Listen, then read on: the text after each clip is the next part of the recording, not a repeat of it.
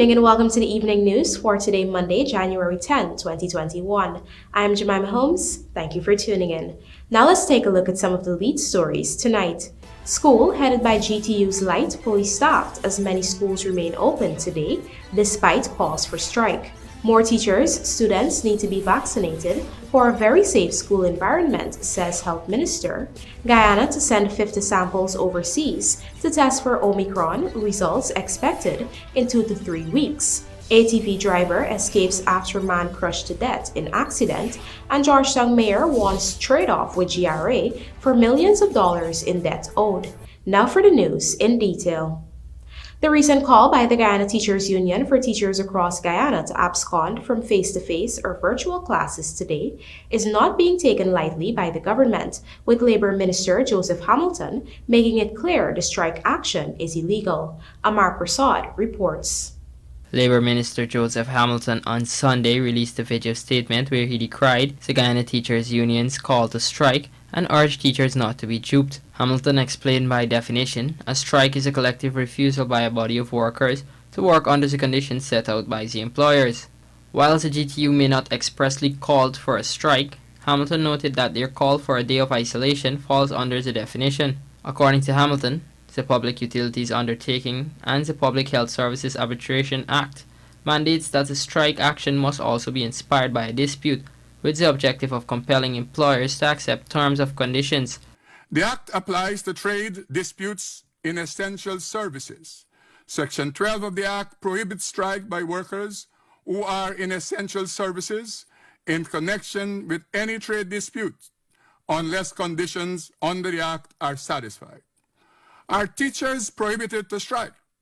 The schedule of Chapter 5401 defines essential services as including healthcare workers as set out in Clause 5 of the schedule to Chapter 5401. However, teachers are not classified as essential service workers under the Act.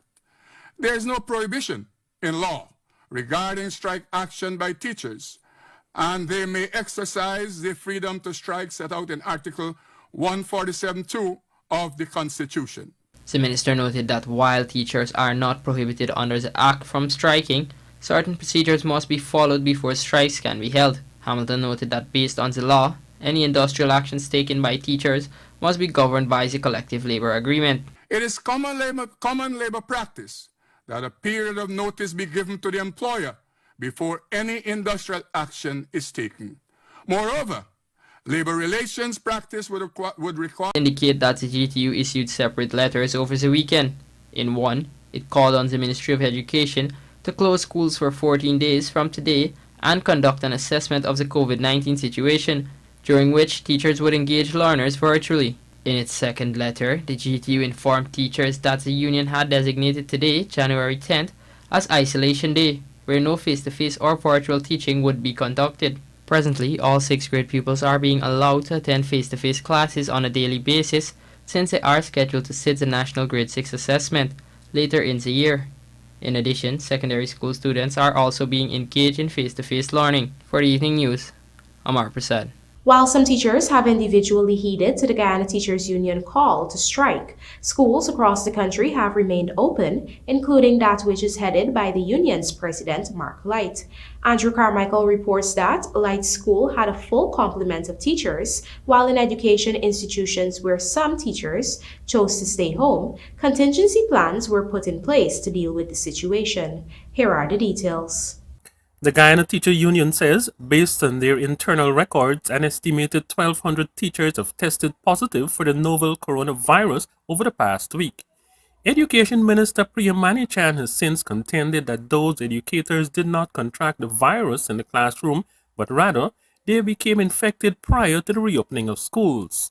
Schools were closed since March 2020, and learning only resumed through a blended approach shortly after the assumption of the PPPC administration to office in August of that year. Schools for most categories of students were officially reopened to face-to-face learning in January of this year. However, as concerns continue to linger regarding the COVID-19 pandemic, the Guyana Teachers Union head, Mark LYTE, has been calling on the Education Ministry to shut down schools for some 14 days. In fact, the union issued a call for all teachers to take an isolation day tantamount to a strike today.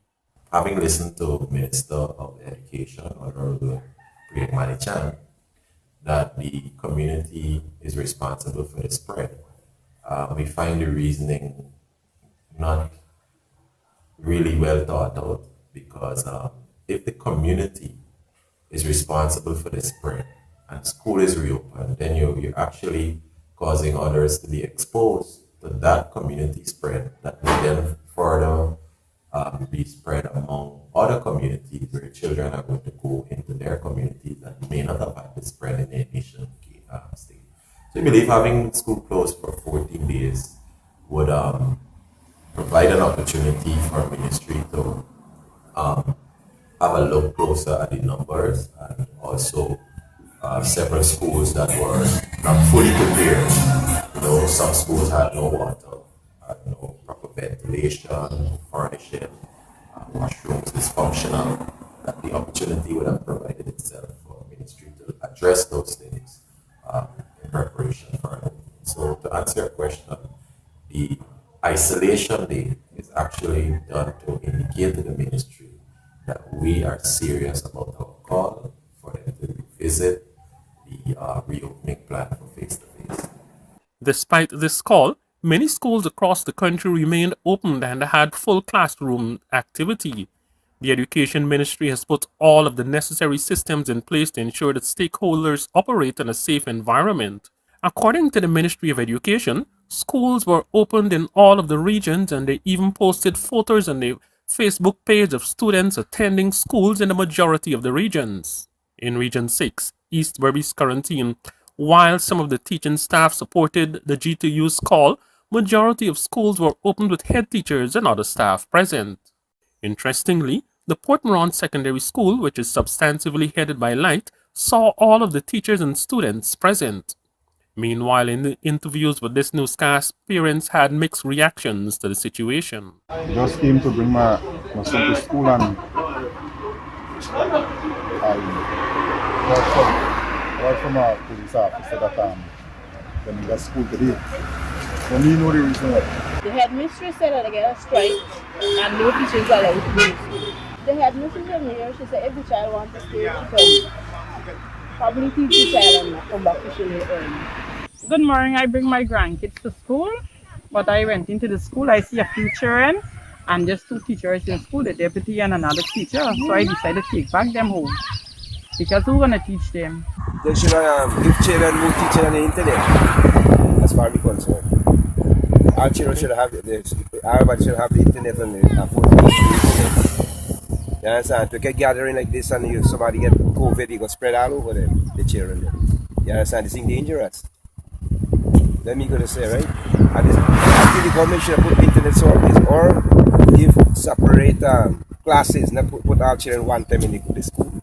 When we come this morning, my neighbor, we drop my daughter at school, and when we go home back for drink tea, my neighbor called me and tell me, there is no school, this teacher then come to school, and the school closed. This morning, and teacher called home and tell me that school there whole week term. I send he this morning, school not there for his father bring him back. The United Nations Children Fund, UNICEF, has lamented that school children worldwide have lost 1.8 trillion hours and counting in-person learning due to COVID-19 lockdowns. The organization noted that in too many countries, classrooms remained closed while social gatherings continued to take place in restaurants, salons, and gyms. UNICEF therefore contended that this generation of children and youths cannot afford any more disruptions to their education, which is why we are calling on governments to reopen schools as soon as possible and get education back on track. For the Evening News, Andrew Carmichael.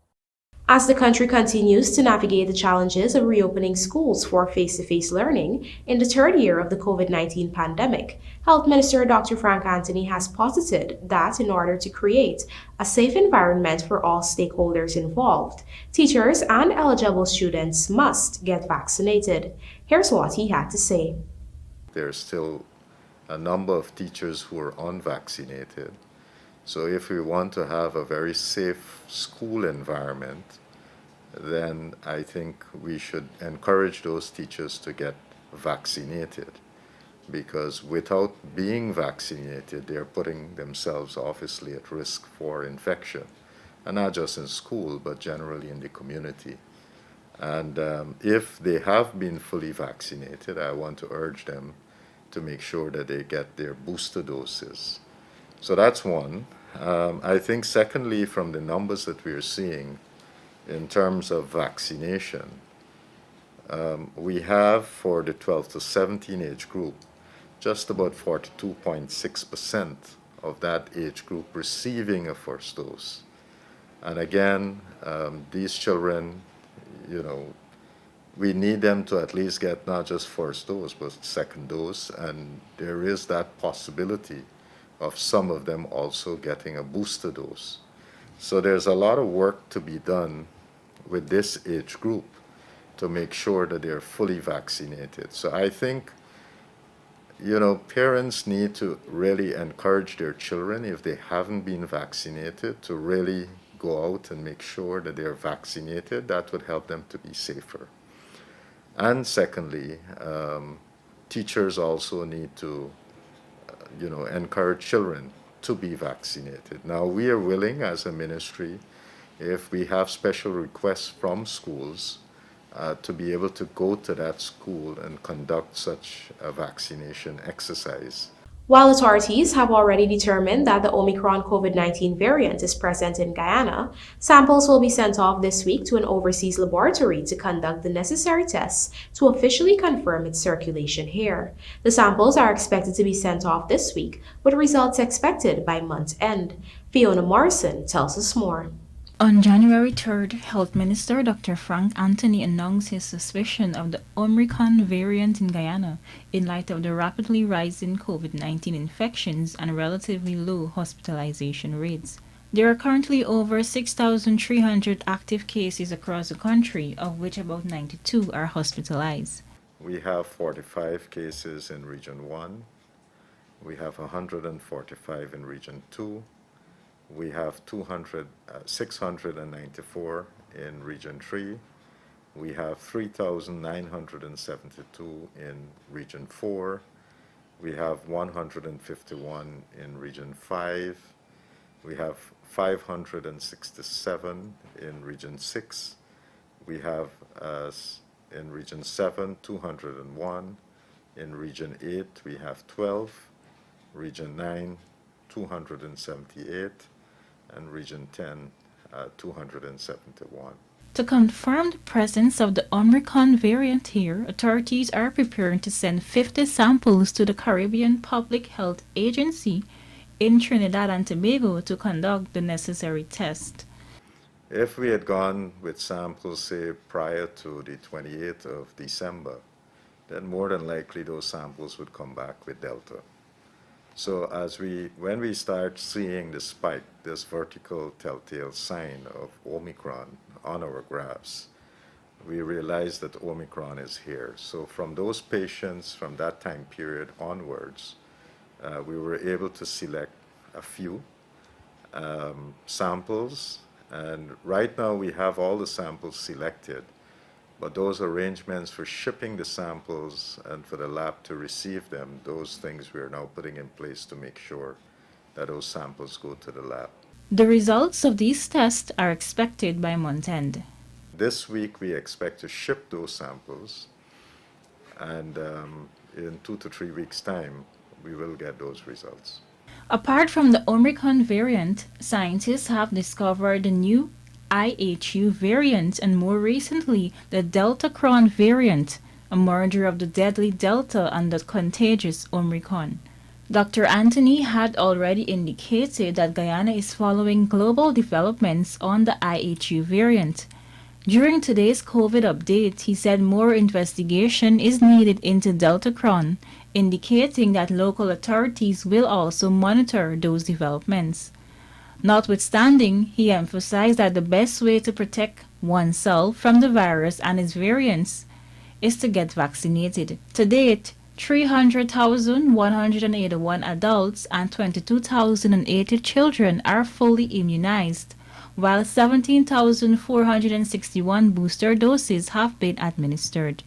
Data released from the Ministry of Health today shows that there were no new COVID-related deaths recorded within the last 24 hours, leaving the country's death toll at 1070. The country, nevertheless, has recorded 438 new cases of the virus, taking the total positives detected to date to 45,340. There are 8 persons receiving care in the intensive care unit, while a total of 107 are hospitalized. There are 6,006 persons isolating at home, while 11 persons are in institutional quarantine. Recovery stand at 38,149.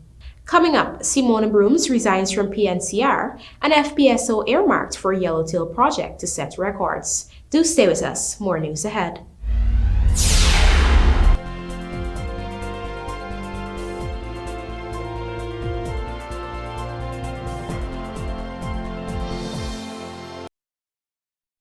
Looking to bring your dream home to reality or simply taking on a home improvement project? Then National Hardware Limited is where you should start. Let us put that touch to your home.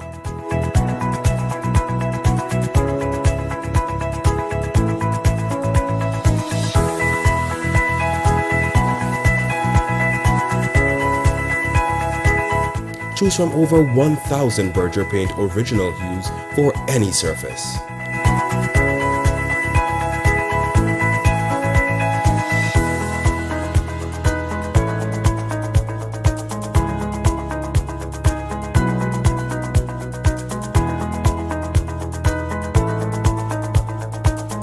We are known for our trusted brands such as Westinghouse, Philips, Satco, Rubbermaid, Pyrex, Gibson Home, and so much more. National Hardware Limited, your do-it-best store, located in downtown Georgetown and industrial site Rijnveld. It happens. Your septic tank is full. All the waste from your toilet goes into your septic tank through the sewage line. When your tank is full, the 2 most common indicators are an overflowing tank and an overflowing toilet. It is recommended that Sevon's Waste Management empty your septic tank every 2 to 3 years to avoid any embarrassment. And before you can say, shh, it's gone. Call Sevon's Waste Management today at 218-1455 or 218-1156. Wash Bay operators, are you looking for that unique service to elevate your business? Well, come on down to your #1 industrial store, Sylvie's, and invest in an undercarriage pressure washer tool. That's right, impress your customers by now washing under their vehicles easy and efficiently with an undercarriage tool. We have in stock different types that offer a wider range of services and can increase your revenue without having to invest in expensive ramps. Your customers are going to leave satisfied. So what are you waiting for? If you can't make it to our 31 High and Hatfield Streets location, we can deliver in and around Georgetown. Give us a call on 227-6226 or WhatsApp us on 623-7755 or visit our website sylviesonline.com. Sylvie's Industrial Solution, proudly serving Guyana for over 4 decades.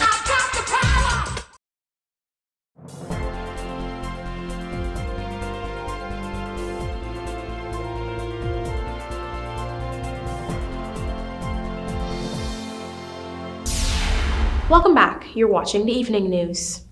Police are investigating the circumstances surrounding the death of a 57-year-old female pedal cyclist who lost her life in a road accident which occurred at around 8:15 hours today along the La Penitence public road in the vicinity of La Penitence Market, Georgetown. Dead is Don Booker, a special corporal attached to the Small Business Bureau who resided at Perseverance, Maikoni, East Coast, Demerara.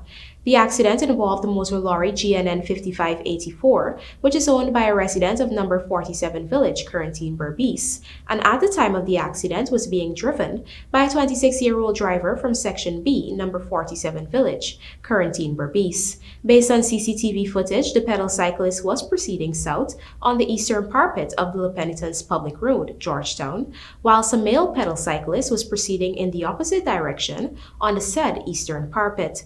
As the two cyclists cyclists were passing each other, Special Corporal Booker swerved west and lost control of her bicycle. She fell on the eastern edge of the road where she came into contact with the left rear wheel of the motor lorry, which was proceeding south on the said eastern side of the road. As a result of the impact, Corporal Booker sustained severe injuries to her head and other parts of her body. She was taken to the Georgetown Public Hospital where she was pronounced dead.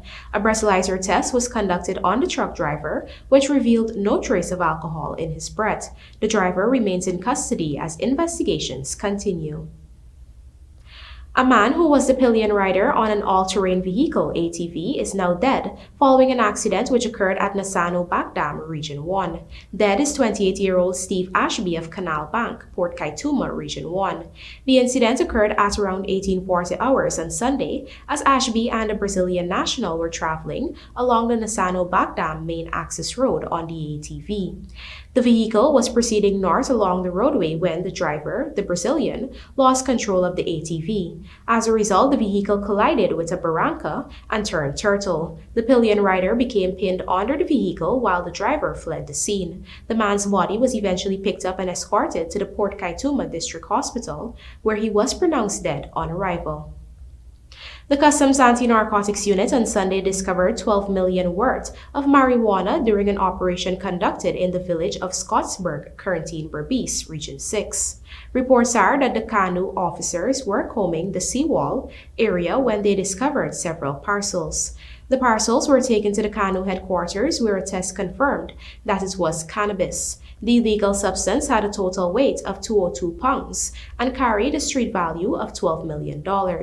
An individual who was in the area at the time of the discovery was arrested. Investigations are ongoing.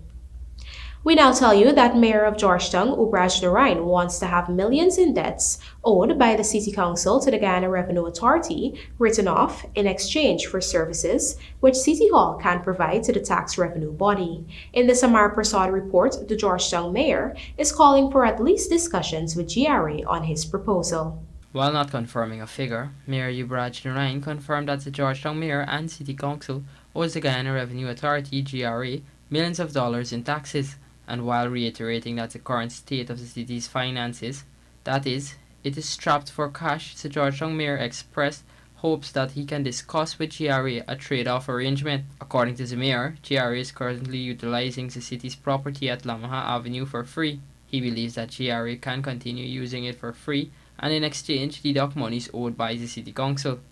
I don't like to bash agencies because I believe we have to work together. We all dwell in the city. Yes, we owe GRA, I believe since in 2015 or how many years ago. But we can get those matters resolved if we have discussion with these agencies. On Lamaha, the train line on Lamaha Street, you know for a fact that GRA moved their office there, which they, I believe, some vehicle there, where the inspection of vehicles. And before they had moved there, they used that area for a parking lot. GRA never paid this council a dime. Don't you think it's unfair to this council? If GRA had called us to a meeting and said, look, we'll use this plot of land, but let us know how we can able to do a set-off. I know the mayor city council owes us, and we would like to give the city council this opportunity, since we'll occupy this said property or said land for do parking and inspection of vehicle. Let us come to a decision and see how we can able to do a set-off. But you keep banging on the city council to pay all of these monies that we owe to your agencies, but you are not seen to pay us the rightful revenue that you owe to us, but we must pay. Where would the city council get this kind of money from? And this you call bullyism. When asked, Mayor Narain said he believes GRA was given permission to occupy the land by the Ministry of Public Works. What I have known, according to the asset register, backdated maybe since 1995 or 1996, the City Council had leased the Ministry of Public Works from Main Street to Lamaha Street. Sorry, to Cam Street. That portion there. From Main to Cam Street. I have seen that the current minister, Mr. Edghill, had claimed the entire reserve, which I believe that he had given permission to GRE. But if so be the case, it's not a back and forth. We have central government and we have local government. And what we ought to do, if the minister give approval, the right thing for GRE to do is to engage the main city council as well. It is unclear if the Georgetown mayor has formally written GRE to discuss this matter. A report in late 2021 indicated that the City Hall owes over $1 billion to GRE, the National Insurance Scheme, and the Guyana Water Incorporated. For the Evening News, Amar Prasad. The floating production, storage, and offloading FPSO vessel being built by SBM Offshore for the Yellowtail development offshore Guyana will set records since it will be the biggest FPSO ever built by the company. Here are the details from Gerald Bryan. In a recent missive, Norwegian consultant Rystad Energy made note of the contract oil giant ExxonMobil awarded to Dutch company SBM Offshore to construct an FPSO for the Yellowtail development. According to Rystad, this will be the company's largest ever FPSO, setting records in the progress of its construction. Rystad also noted that Guyana will be among several countries that will have projects and FPSOs coming online this year. Guyana, through the Unity FPSO earmarked for the Liza Phase 2 development, will be contributing one such vessel to the global tally. Other countries that will have as many as 10 FPSO contracts awarded this year include Angola, Australia, China, and Malaysia. SBM was also contracted to construct a Prosperity FPSO vessel that will be used in the Payara development. The Payara and Yellowtail projects will add to Exxon reaching a processing capacity of over 800,000 barrels of oil per day. The hull for the Prosperity FPSO vessel is complete and topside construction activities are ongoing in Singapore with a startup target of 2024. Yellowtail, the fourth development project in the Stabroek Block offshore Guyana, has an anticipated startup of 2025. Gerald Bryan, The Evening News. Meanwhile, former Member of Parliament and Minister within the Natural Resources Ministry, Simona Brooms, who only recently came up empty in her attempts to run for chairmanship of the People's National Congress Reform, has resigned from the party. According to a reliable source, Brooms wrote to the party notifying them of her resignation in a letter dated January 7, 2021. According to the source, Brooms informed the party that her reasons for resigning were personal. Nevertheless, Brooms extended her best wishes to the party in its future endeavors. When contacted, recently elected PNCR General Secretary Geeta Chandan Edmond could not confirm the resignation, claiming that she will have to confirm this today. In addition, efforts to contact Brooms proved futile. During the PNCR Biennial Congress and electoral race last month that resulted in Aubrey Norton being elected the leader of the party, Brooms had run for the chairmanship of the party, one of 10 party members who contested for the post.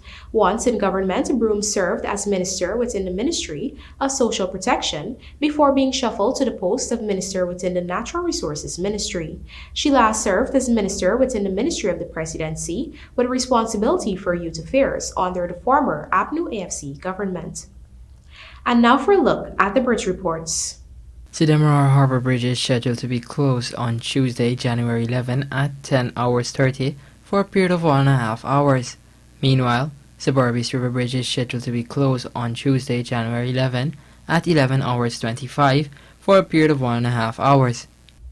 West Indies vs Ireland second ODI postponed due to COVID-19, and Sparta Boss crowned GFF KNS futsal champs. Details of these stories in the Sportcast sponsored by MacCorp, coming up on the other side of the break.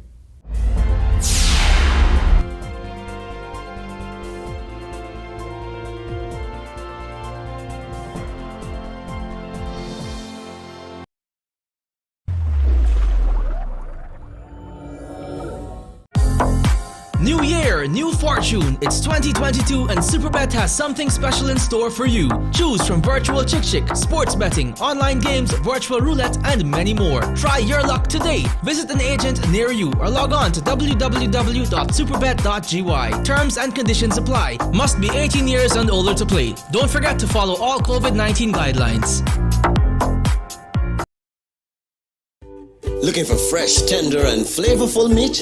Then check out Rossignol Butchery for steaks, burgers, sausages, minced meat, fish, and chicken. For a tasty, attractive cocktail, we have a wide variety of packaged deli meats and cheeses to decorate your platter. We also stock a wide assortment of canned goods, seasoning salt, sauces, and marinade, all in a highly hygienic, welcoming atmosphere with warm and welcoming staff to cater to all your needs. Rossignol Butchery, we meet your needs. 73 to 74 Church Street, Georgetown. Telephone number 223-0004. Massey is by your side as we continue the fight against the COVID-19 pandemic. In collaboration with One Cart, you can now get your groceries delivered or you can pick up curbside. Call, email, or WhatsApp your order to us. This service is available at both Providence and Turkine locations. Delivery and pickup between 8 a.m. to 4 p.m. The fee is based on location. Orders must be paid in cash and placed 24 hours in advance. Special conditions apply. Remember to always protect yourself and those around you by wearing your masks. Also, don't forget to wash your hands and maintain a distance of 6 feet at all times around persons. Massey Stores. Our family serving your family. Over the years, ISG has been providing all sectors across Guyana with quality products and outstanding customer service. Proud distributor of NP and Ultra lubricants, engineered for tropical conditions. International trucks and parts, leading the change. SEM Machinery, a Caterpillar brand. SKF bearings and mounted products. Napa batteries. Tide power generators. Discover the greatest source of power. Industrial Supply of Guyana Inc. The best opportunity to make the right choice.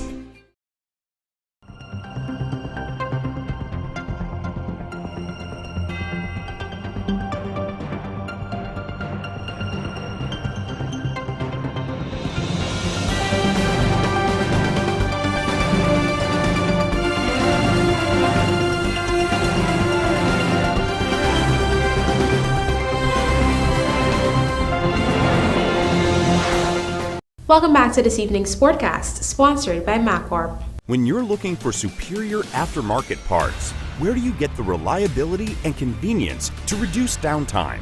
The answer is Yellowmark, repair and replacement parts from Caterpillar, that is available only at MacCorp. Yellowmark was developed by Caterpillar, unlike cheap off-the-shelf aftermarket parts. At MacCorp, we will offer you helpful advice on identifying, finding, and installing the right Yellowmark part for your operation. Yellowmark, for reliability and convenience at a lower cost. Available at MacCorp. Let's do the work.